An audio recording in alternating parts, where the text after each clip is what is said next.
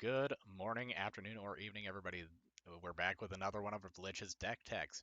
Um, we went ahead and had another poll over on TikTok, and Glissa won by a decent margin here. So we went ahead and built a $50 deck tech, as well as got 10 cards under $10 or at $10 to potentially upgrade this deck with. So let's go ahead and hop into our commander. Glissa, Herald of Predation, is a 5-drop, 3/5 Phyrexian zombie elf. So we have three different Sir types there. That has, at the beginning of your combat, you're going to either choose to incubate 2 twice, which is going to make 2 artifact tokens that are incubator tokens that have 2/1/1 counters on them. We can also pay 2 mana to flip those cards to be a 0/0 creature with those 2 1/1 counters existing on them. So we're going to be able to make a few dudes. We'll be able to flip all of them at once if we would like, and since they are already on the battlefield, they're just transforming. We'll be able to swing with them immediately. Or Phyrexians you control gain first strike and death touch until end of turn. So we do have a lot of Phyrexians, especially since the incubator tokens turn into Phyrexian artifact creatures. So we could end up swinging with a lot of really decent creatures, or if they're not decent, we can make sure that we're going to take things out regardless, since we'll give them first strike and death touch. So let's look at our deck list here. Looking at the deck list itself, we are sitting at 45.54 before basic lance. If we do have to buy the basic lance, it is sitting at 46.62. And you'll notice, as compared to our prior decks here, we are sitting pretty even across the board. We're not super heavy in the creature field. We're not super heavy in the lands. We're just a well-rounded deck with this one. So we're real appreciative of that. Um, but so if we look at our land base to start off with, we were able to put in a lot of our really good dual colored mana, such as Woodland Cemetery, Tainted Wood, Necroblossom Snarl, and even Llanowar Waste. That's going to help the deck ramp a lot better than having to solely rely on slow lands such as Evolving Wilds and Terramorphic Expanse and etc. But we still have those in there, obviously. We have a Grim Backwoods, so we can draw cards off of sacrificing something that might already be dying. We have Path of Ancestry because we are playing a creature with 3 different creature types on there. So we do have a large capability of hitting that. If you played a creature that shares a type with your commander, you may scry a card. And I think scrying with this deck, we have a lot of low to the ground creatures mana wise. I think we're going to want to scry and make sure that we can see what we're drawing so we're not drawing into dead cards. I feel like we can really empty our hand quickly with this deck. Another card that we put in here is the Seed Core, because for it to be a land that not only gives us the capability of always tapping for mana, but being able to tap for 1 mana of any color for Phyrexian spells we cast, that's huge. And we do have a little bit of poison in here, but with March of the Machines and All Will Be One, we might see a lot of infect or toxic at our table anyways. So that corrupted Pendlehaven effect is really good for us as well. If we do have maybe an incubate 1 token enter the battlefield, that turns it into a 3/2. That's amazing. To get a little bit more into the deck, but going over the creatures and etc. First, we're going to hop into the artifacts. So we have our basic mana base here, so Soul Ring, Golgari Signet, and our Commander Sphere. But we have a couple interesting pieces that we could manipulate here. So we got Elixir of Immortality because we have a couple self-mill effects, and we do have a decent amount of draw effects. So being able to make sure that we don't deck ourselves is going to be fantastic for this deck. It kind of speaks for itself, gains us 5 life, shuffles itself into the deck, makes sure that we are not ever decking ourselves. We also have Vat of Rebirth that is going to passively gain oil counters whenever an artifact or creature that we control dies. So any of our tokens that we sacrifice or any of our creatures that die during combat, we're going to get oil counters on this. And then for 3 and tapping it with 4 oil counters, we can return creatures from our graveyard to the battlefield, Granted, it's at sorcery speed, but it's still a very good effect for us to utilize. We also have Idol of Oblivion here. So tap, draw a card, activate only if you created a token this turn. Fantastic. We're going to be making tokens on a very regular basis with this deck, so in any way, shape, or form, we'll be able to draw a card with it, or if worse comes to worse, we can sacrifice it, make a 10-10. That might also be a good card for us to utilize in tandem with Elixir of Immortality. Hey, we've drawn through our deck, we only have 1 or 2 cards left in the deck, let's go ahead, pay 8, sacrifice Idol of Oblivion, and get another card to buffer our deck there. We have a card, we have Swiftfoot Boots here, which Hexproof and Haste, that's going to be super important, especially since we've got things like Glissa, we've got things like Phyrexian Delver, Blight Titan, things that we're going to want to be swinging in immediately with, or we're going to want to make sure that they're protected. Um, just a good all-around card that I'm happy that we were able to include with this budget. Inspiring Statuary is actually a really interesting card for this deck since it gives non-artifact spells that we cast improvise. So all of our spells that aren't these 9 spells will be able to be cast by tapping either our lands or those incubator tokens that we're creating. And we're going to be making more than just the ones that come off of Glissa, but even with the ones that come off of Glissa, hey, I go through combat, I make 2 incubator tokens. That's 2 free mana right there for any improvise spells. Um, and then finally, on the same vein as that, Nettle Cyst. So we'll get a 0/0 black germ that will get 1/1 for each artifact and or enchantment we control.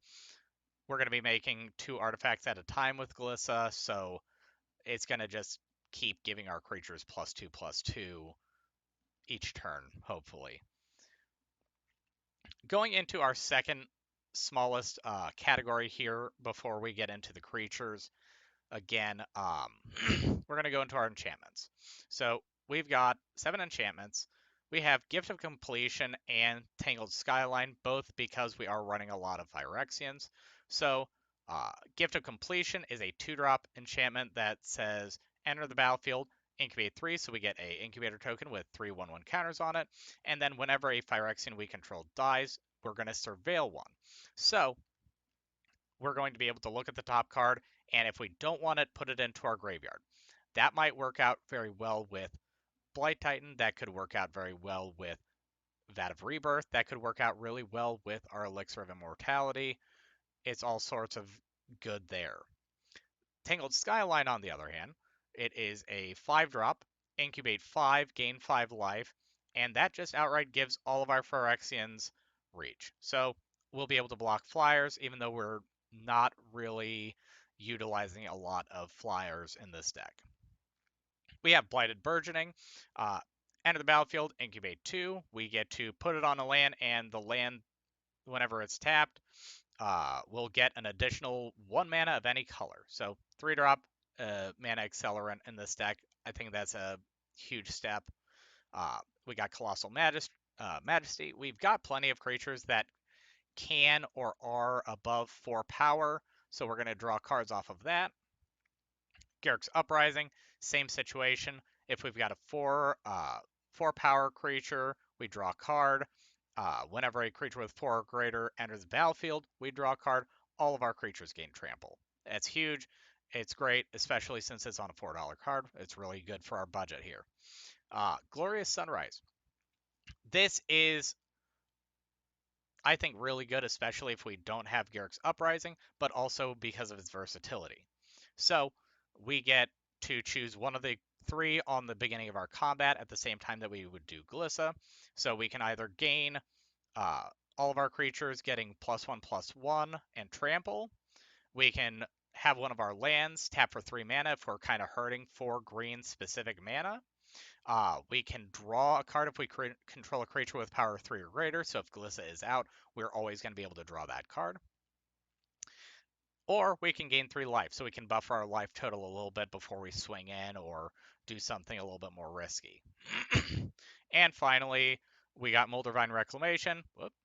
Whenever a creature we control dies, we gain a life draw card. Again, buffering our life total, drawing some cards. Now, let's get into the piece de resistance here. This is going to be the part that everybody's going to be more interested in, our creature base. Starting off, we're getting Evolving Adaptive. So it is a 0/0 1-drop that says enter this battlefield with 1 oil counter. The Evolving Adaptive gets +1/+1 for each oil counter on it. Whenever another creature enters the battlefield under your control, if it has greater power or toughness than Evolving Adaptive, put an oil counter on Evolving Adaptive. So it has evolved essentially. So we have a creature that whenever we play something bigger, it's going to get bigger. And since it is oil counters, we can proliferate that with some of the stuff that we have a little bit later on here.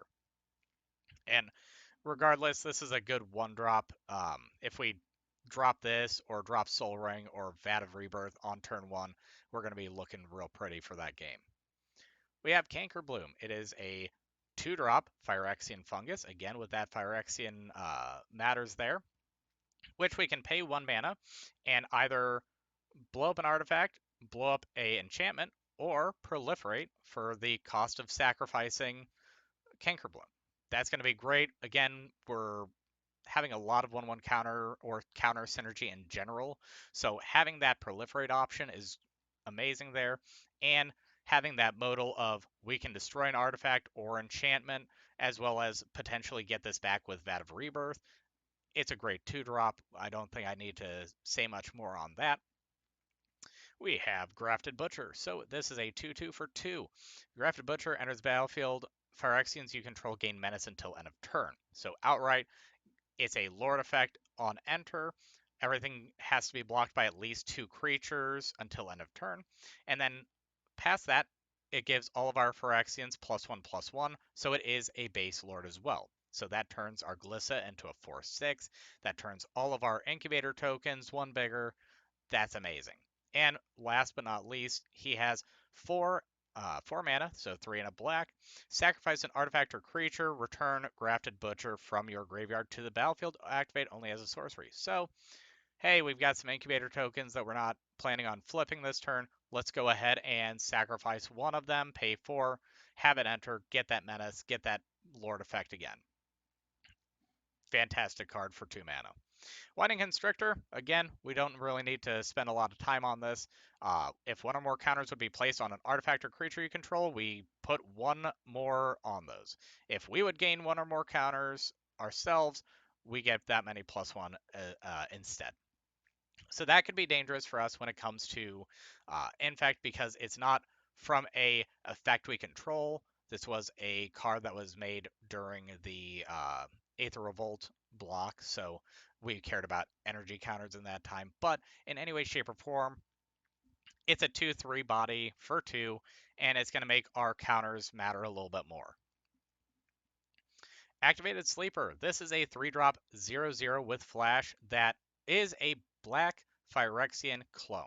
So it enters the battlefield as a copy of any creature in a graveyard that was put there from the battlefield this turn, except it is Phyrexian in addition to other types. So if something we control dies, we can flash this in and keep that effect, or if something really good on an opponent's side dies, we can copy that effect. Oh, we killed their Elesh Norn. Let's go ahead and make a copy of Elesh Norn because it's in the graveyard.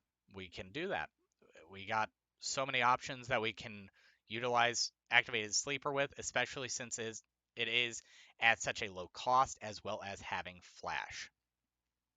We also have in our 3 slots Adaptive Spore Singer. Enter the battlefield. It's a 3-drop 2/2 with Vigilance. We can either give something +2/+2 in Vigilance, or we can proliferate. Great card, especially if we sacrifice it and can recur it a couple of times. We've got Bloated Processor, a 3/2 for 3. That says sacrifice another Phyrexian, put a 1/1 counter on Bloated Processor. When it dies, we incubate X, where X is its power. So if this enters battlefield and immediately eats a kill spell, it turns into a 3/3 for us later on down the line. If it doesn't immediately eat a kill spell and we swing in with it, we could start eating some of our Phyrexian incubator tokens. We could start eating things like our Adaptive Spore Singer or other cards that we're going to want to recur and have those end of the battlefield effects happen again. Um, and just end up with a very big creature because this is essentially a carrion crawler for 3 that cares about our Phyrexian synergies. We have a completed Huntsmaster, Phyrexian Elf Warrior, so we've got another creature that's got a lot of our Sir types there. With it is a 2/3 for 1 and tapping it and sacrificing another creature or artifact. We can incubate 3. So if we potentially have tokens enter, if we put in something like Second Harvest, if we put that in down the line, we can tap this guy, eat one of the ones that came in with 0/1 counters on it, and put 3/1 counters on it. It also gets any of our death effects. It gets all of our end of the battlefield effects. This is a great card for us to utilize with sacrifice outlets and things that we want to have entering more. And oh, never mind. We actually have a lot of 3s. Sorry. Contagious Vorak. Enter the battlefield, we either ramp or we get to proliferate. So good early, good late, great card all around. It's a proliferate engine. Elvish Vat Keeper enters the battlefield. We incubate 2.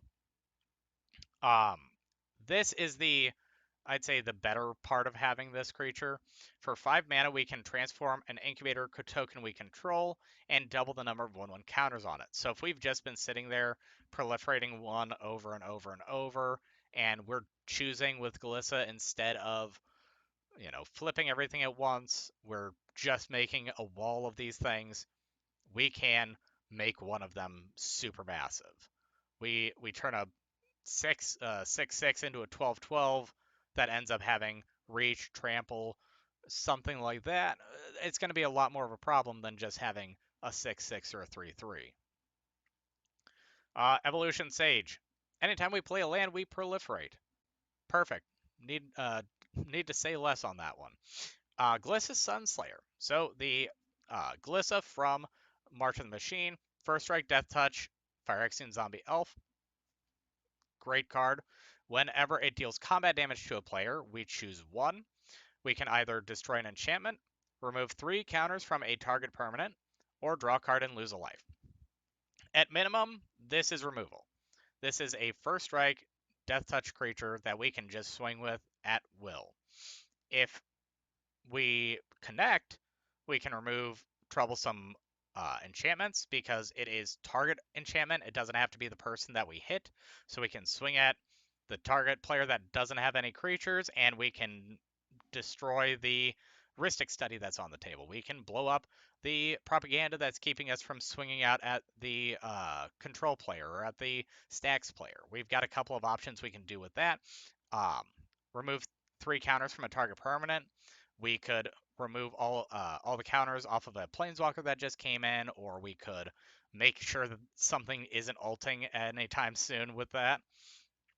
Or we're just drawing cards. It's a great, well-rounded 3/3 for us to have in here. Then we've got Kami of Whispered Hopes. This is essentially a Hardened Scales for 3. If 1 or more 1/1 counters would be put on a permanent we control, we can put that many +1 on that permanent instead. And then Kami taps for mana equal to its power. So if we end up putting 1/1 counters on it, it becomes a mana dork of exponential size. Converter Beast. We have a 4-drop that makes a 5/5 for us. It's a 0/1 to start off with, but getting that 5/5 at any given point would be pretty good. Defiler of Flesh. As an additional cost, this is our this is going to be one of our very helpful cards later on when we're tapping out and tapping a lot of stuff with Inspiring Statuary to cast spells. We'll be able to, as an additional cost to cast black permanent spells, pay 2 life. Those spells cost black less. If you paid life this way, this effect reduces only the amount of black mana you pay. So if we end up filling our hand with a bunch of our permanents and have this, we can start playing things a lot easier. And then whenever we cast a black permanent spell, another target creature you control gets +1/+1 and menace until end of turn. That could be Glissa, that could be this. We could end up really dealing a lot of damage a lot of ways with this effect. Next is Terror of Tawashi. 4-drop, 4/3 with Death Touch. Phyrexian Ogre that says when it attacks, you can pay 4. If you do, you get to return target card from your graveyard to the battlefield. It is a Phyrexian in addition to its other types. So, again, some great recursion, and this one is less dependent than Vat of Rebirth. This just has to have Terror attack. It doesn't have to connect, but recursion is recursion, especially in a green-black deck. Contaminant Grafter. Trample and Toxic 1 on a 5-drop 5/5. Whenever one or more creatures we control deal combat damage to one or more players, we proliferate. So, if we swing out multiple ways and only connect once, we're proliferating. If we swing out and connect, we're proliferating. That's the main point of this card. However, we do have Toxic and Trample on him, so we could swing with him, start getting poison counters, and get the Corrupted for our Seed Core, get the Corrupted for him, which says at the beginning of your end step, if an opponent has 3 or more poison counters, we get to draw a card and then put a land card from our hand onto the battlefield. That's potentially late game ramp, getting some of our cards out of our hand if we are, overdrawing our deck, as well as another way for us to end the game with that combat damage proliferate. Gulping Scrap Trap. When it enters or dies, proliferate. This is another one of those creatures that we're going to want to just constantly eat and recur. I don't think there's much more to say about him. Phyrexian Delver, 5-drop, 3/2, enters the battlefield. We return a creature card from our graveyard to the battlefield. We lose life equal to that card's mana value. We get 2 bodies for 5 mana, and that works really well with our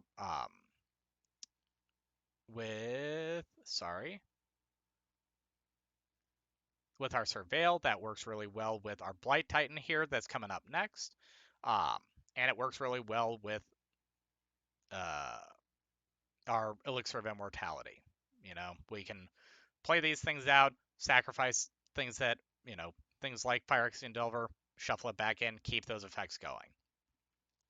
Now, Blight Titan. This is going to be one of our more important pieces in our creatures, so pay attention real close. We've got a 6/6 for 6 with Death Touch. It is a Phyrexian Giant.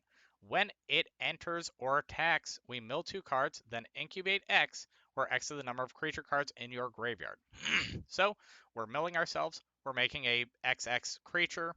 That is going to be any number. So that could be 0, that could be 7, that could be 12. We could have any amount of creatures in our yard and constantly get more tokens.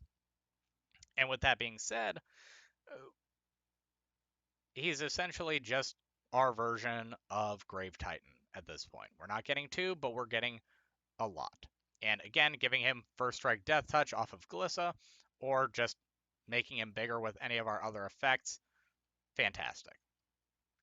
And finally, we've got Injector Crocodile, 5/5 for 6. When it dies, we incubate 3.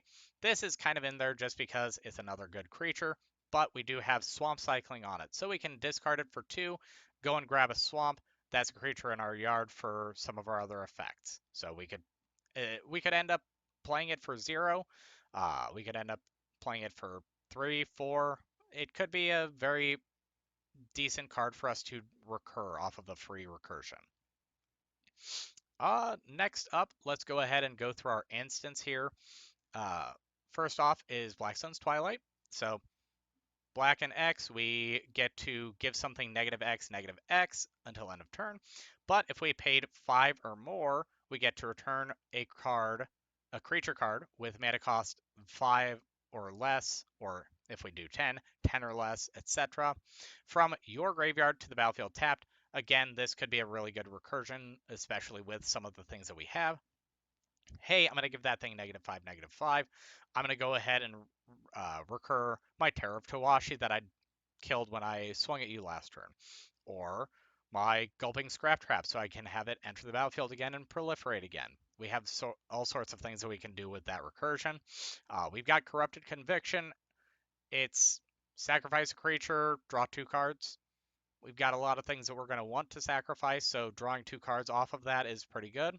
And also that's at instant speed. Even better, we can say, hey, you're not getting your effect for killing our creature, we're going to get an effect. Deadly Dispute, same thought process, but for 2 mana, and we also get a treasure token with that. So we can sacrifice an artifact or creature, so we could sacrifice, again, one of those the 0/0 incubator tokens, or sacrifice a creature that we want in our yard, draw 2, create a treasure token. Golgari Charm is a good all-around card, green-black for choosing 1, either destroying an enchantment, regenerating each creature you control, or all creatures get -1/-1 until end of turn. This could work out really well for us in the cases that somebody plays a board wipe that isn't something like Wrath of God or Damnation, but it also allows us to get through troublesome enchantments. It lets us potentially board wipe and then, go to combat, flip all of our things, swing at the person who had a wall of 1/1s a second ago. Infectious Bite. This is part of our infect package, part of our poison package. But again, we don't have a whole lot in here. Target creature we control deals damage equal to its power to target creature you don't control. Each opponent gets a poison counter. Everybody gets 1, so we can start proliferating that and get corrupted easier if we want to. Again, it's not really our main win con, though. And again, since we have a lot of creatures with Death Touch, since it's the creature dealing the damage, Death Touch will kill those bigger creatures. Offer Immortality. Creature gains Indestructible and Death Touch until end of turn. Great for protecting some of our things. Sheoldred's Edict. This I put in here more for the final line here. Each opponent sacrifices a Planeswalker, since we are getting a lot more Planeswalker cards and archetypes, and a lot more people are playing them, it seems. But in any way, shape, or form, this is a good 2 mana removal spell, making each opponent sacrifice a non-token creature, sacrifice a token, or sacrifice a Planeswalker. That's pretty big. That could kill somebody's win con. Oh, I've only got 1 non-token creature out. We get rid of the actual troublesome card as compared to, oh, I just get to sacrifice one of my 1/1s or 2/2s that I don't care about. I get to keep my important pieces. Tear Asunder. We get to pay 1 and a green, or we can kick it for 1 green, 1 black, and 2 colorless to exile target artifact or enchantment, or if we kick it, exile target non-land permanent. Exile is a strong effect. Having it at instant speed, it's good for us to have. Inspiring Call. This is just another good protection spell. We give Indestructible to all of our creatures with 1/1 counters, and we get to draw a card for each creature we control with a 1/1 counter on it. This one will, again, have to be very careful with, because if we don't have a lot of cards, if we're drawing real rampantly, we might need to correct that Elixir of Immortality if we have it there. But it's a good card. It saves our board, makes sure that their board doesn't have that nice of a time, and again, it draws us a couple cards. Vraska's Fall. Each opponent sacks a creature or planeswalker gets a poison counter. Again, part of our poison package there. Just a good card. Sorceries. And that'll do it for our actual deck here. So, Thirsting Roots, early game, good ramp. Late game, good proliferate. Smell Fear, proliferate, so immediately proliferate, and then target creature you control fights up to 1 creature you don't control. So fight, they're both going to deal damage, but if we proliferate, make our 4/4 into a 5/5 before it fights their 4/4, and etc. Dramatic Revelation. It is a 2-drop Thoughtseize effect, pretty much. So target opponent reveals their hand. You can choose a creature or battle card specifically from it. If you do, that player discards that card. If you don't, make it incubate 3.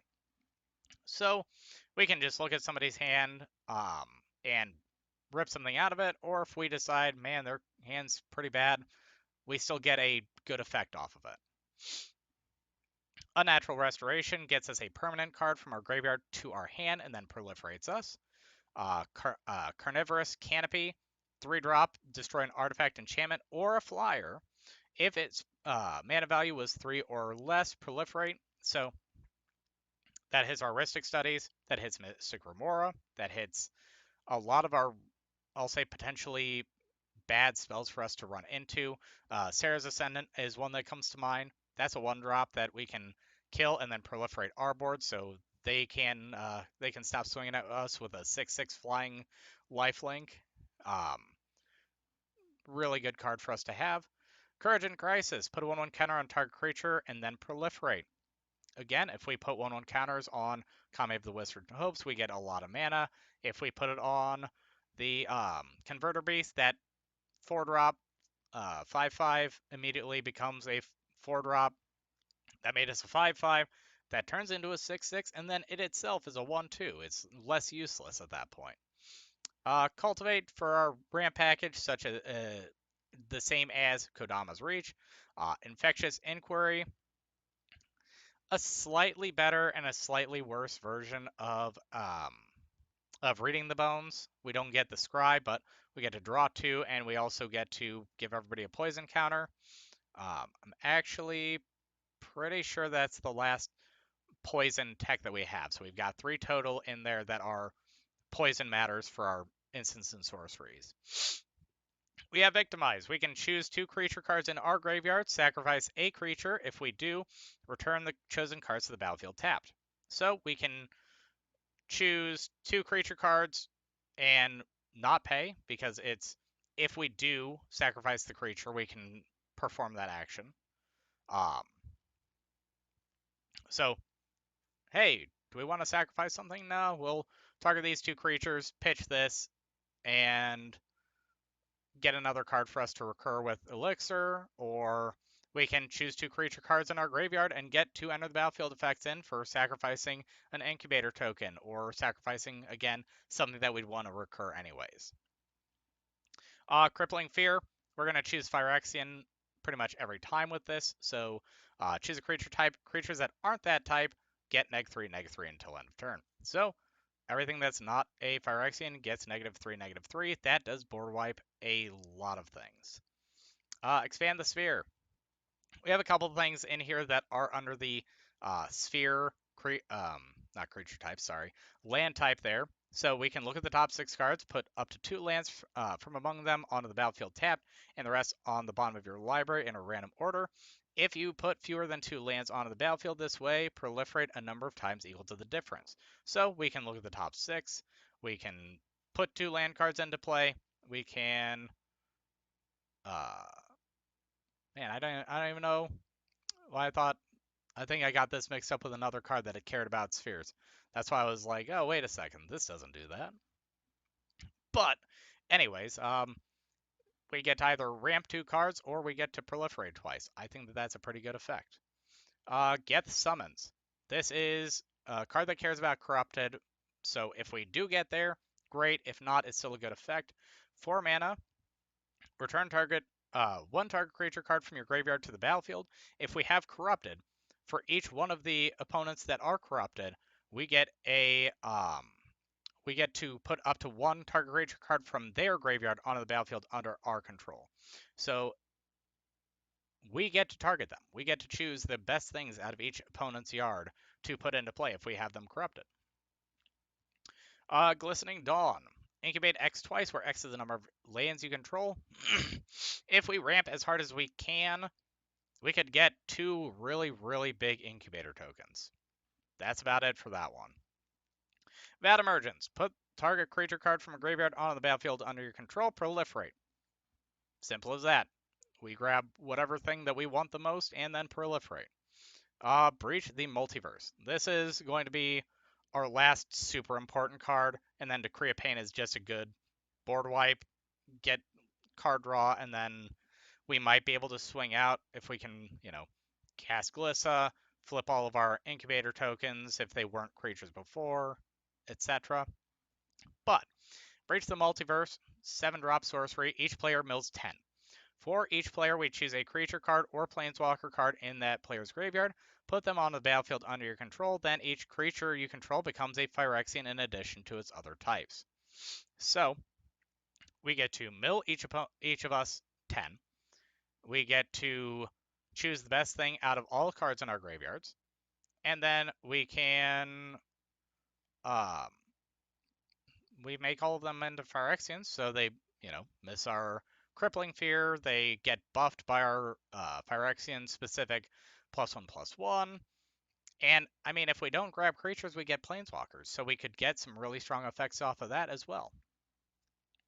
Before we close up here, though, because that is the conclusion of our $50 deck tech. But if we look at our upgrades, we have 10 cards about $10 or below that we can add in here to make this deck just a little bit better. Starting off with Assassin's Trophy, destroy target permanent an opponent controls. Its controller may search their library for a basic land card, put it on the battlefield, then shuffle. For 2 mana, that's one of the best kill spells that you can get. And since it's target permanent, we can hit troublesome land, we can hit a troublesome enchantment, we can hit a planeswalker. Sure, we ramp them 1 land, but if they're already sitting on 6 lands in hand, that's not really going to matter. Journey to Eternity. We're going to grab this card in the big view so we can flip it over easily. Journey to Eternity is enchant creature you control. When it dies, return it to the battlefield under your control, then return Journey to Eternity to the battlefield, transform. It turns into Atzel, Cave of Eternity. We can tap it for 1 mana of any color, or we can pay 5 to return target creature card from your graveyard to the battlefield. So, again, just another redundant recursion effect. That's, again, something we want to see with this kind of deck. We have Kodama of the West tree in here.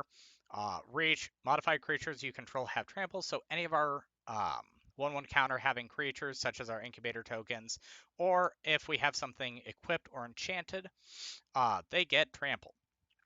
Great effect, especially with 1/1 counters across the board. But whenever a modified creature you control deals combat damage to a player, we search our library for a basic land card, put it on the battlefield, tap, then shuffle. So modified creatures get trample, and we get ramp out of it. Great all around. Phyrexian Outbreak to replace Decree of Pain down the line, because it's a strictly better board wipe because it's even more one-sided. So each opponent gains a poison counter, then each creature your opponent control gains -1/-1 until end of turn for each poison counter its controller has.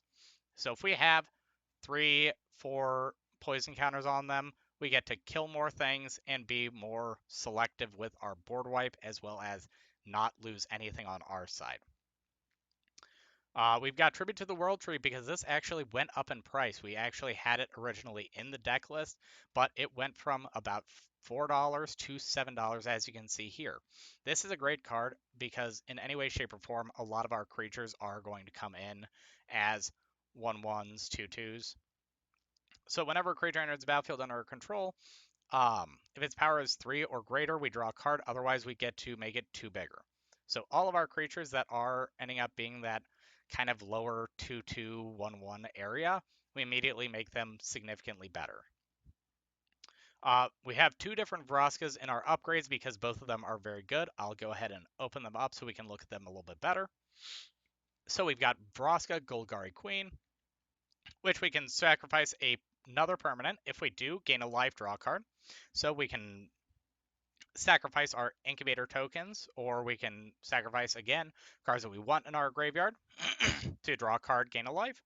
We can -3, blow up something that is mana cost 3 or less. Great effect. Or if we get to it, -9, you get an emblem with whenever a creature you control deals combat damage to a player, that player loses the game.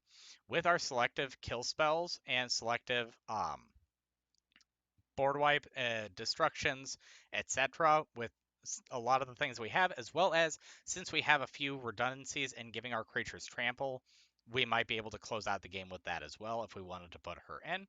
We also put in Vraska Betrayal Sting.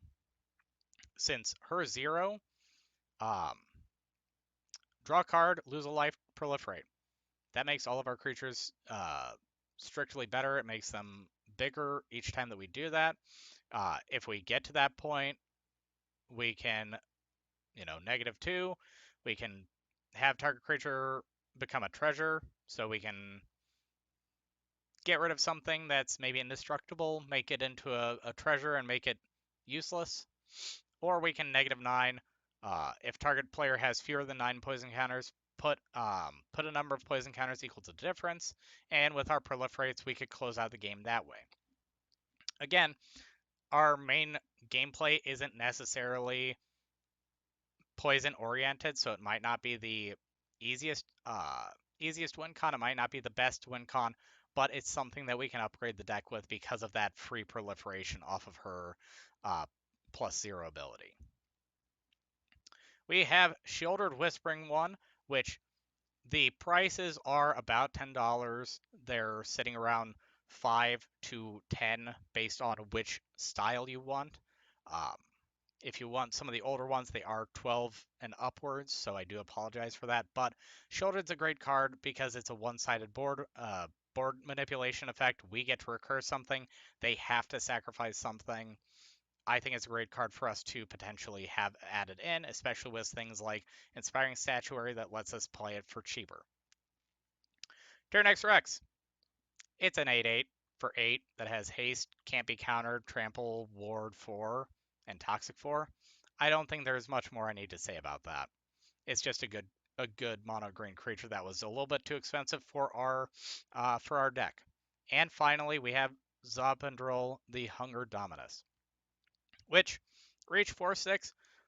Each combat, we double our power and toughness for our creatures. With a deck that cares a lot about 1/1 counters and making creatures big, we're going to want that effect.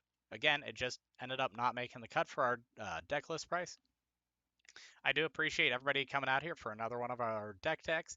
If you have any suggestions or you want to see something next, go ahead and comment down below. If you liked what you saw here, go ahead and like, and let me know what you want to see next. We love talking to you guys, and we will be live a little bit later here today because we'll be posting this on Monday. We do Dota 2 stream at 6:30 Eastern Time. We hope to see you there. Please go ahead and hit that like button, hit that subscribe button so you don't miss out what we do next. Bye, everybody.